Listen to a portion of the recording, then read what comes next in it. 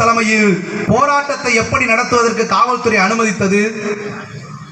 இங்க இருக்கக்கூடிய விடுதலை சிறுத்தைகள் கட்சியும் இந்திய கம்யூனிஸ்ட் கட்சியும் மார்க்சிஸ்ட் கம்யூனிஸ்ட் கட்சியும் அதே தேதியில் போராட்டம் நடத்துவதற்கு முற்பட்ட போது அந்த போராட்டம் நடத்துவதற்கு அனுமதி இல்லை, நாங்கள் மனு மட்டும்தான் கொடுக்க அனுமதித்திருக்கிறோம் என்று சொன்ன காவல்துறை எப்படி மாவட்ட ஆட்சியர் அலுவலகம் முன்னாடியே ஒரு பொய்யான கோரிக்கைகள் மீது போராட்டம் நடத்த அனுமதித்தார்கள் என்கிற கேள்வி இங்கே இயல்பாக எழுகிறது. மாவட்ட ஆட்சியரை சந்திக்க சென்றோம் என்று சொன்னால் எந்த கோரிக்கையின் பின்னால் எத்தனை பேர் போனாலும் சரி 4 பேர், அதிகபட்சமாக 3 பேர் 4 பேருக்கு மேல உள்ளே செல்ல முடியாது.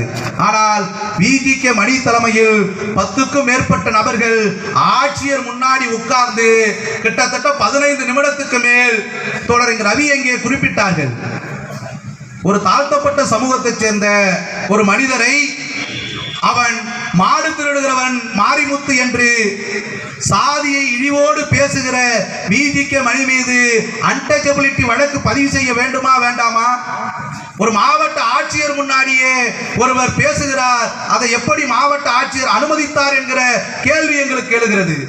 அவர் பேசுவது எல்லாத்தையும் லைவ் போயிட்டு இருக்கு. நாங்கள் கேட்கிறோம், மாவட்ட ஆட்சியர் இதற்கு பதில் சொல்லணுமா வேண்டாமா? தமிழகம் முழுவதும் உலகெங்கிலும் அவர்கள் பேசிய செய்தி இன்றைக்கு சமூக வலைதளங்களில் பரவி இருக்கிறது.